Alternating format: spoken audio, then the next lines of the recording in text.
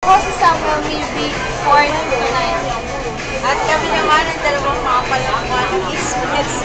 Ewan ma, ito na. Lights, camera, action. Unang tag po mga ganito. Si Samuel, paalis na. Paano nangyari pa? Ako nangyari pa. Sam! Ah! Uy! Tuloy! Hi na! Picture naman! After namin magpa-picture! Picture naman!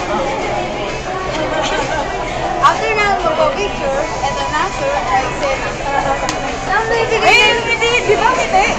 Sam, naibigay na namin kay Lola yung letter mo. Ha? Ano letter? Letter mo? Yung memories niyo, yung sa Palawan. Lakas mo naman! Yung memories niyo, yung sa Palawan, yung Ano ba yung sinabi niya? So, ano nangyari doon? Yung sa Palawan, yung memories mo. Alamin mo na nga. So, ano na nangyari? Hindi ko alam kung nangyari. Naibigay na namin yun bago siya naman papuntang Australia. Nasa Australia siya? Oo, boss na nga yun. Nasa Australia siya? Oo, boss na nga yun. Gustuin mo? Hindi, may kasama siya. Tapos pwede teka na, ulit natin yun. Dali. Uy, yan, kasama ko. Yung pa Australia. Mamang, ito pala yung talaga nangyari. Seryoso na talaga.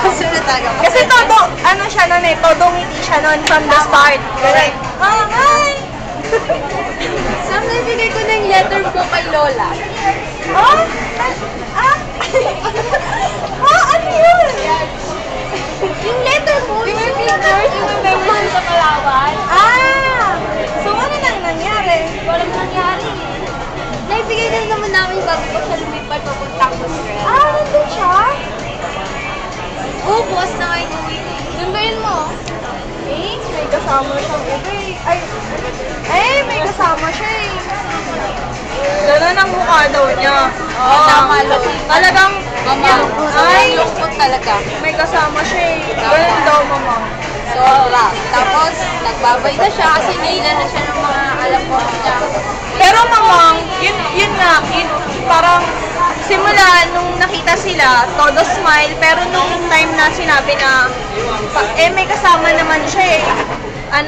Parang nawala na yung smile ni Lolo. Tsaka, iba na yung aura. Iba na yung aura niya. Tsaka, alam niya na kasama ni Ansi. Tama. Yun lang po. Kasi ang hirap ikwento sa maganda may reaction, di ba mama? Happy birthday! Happy birthday, mama! I love you!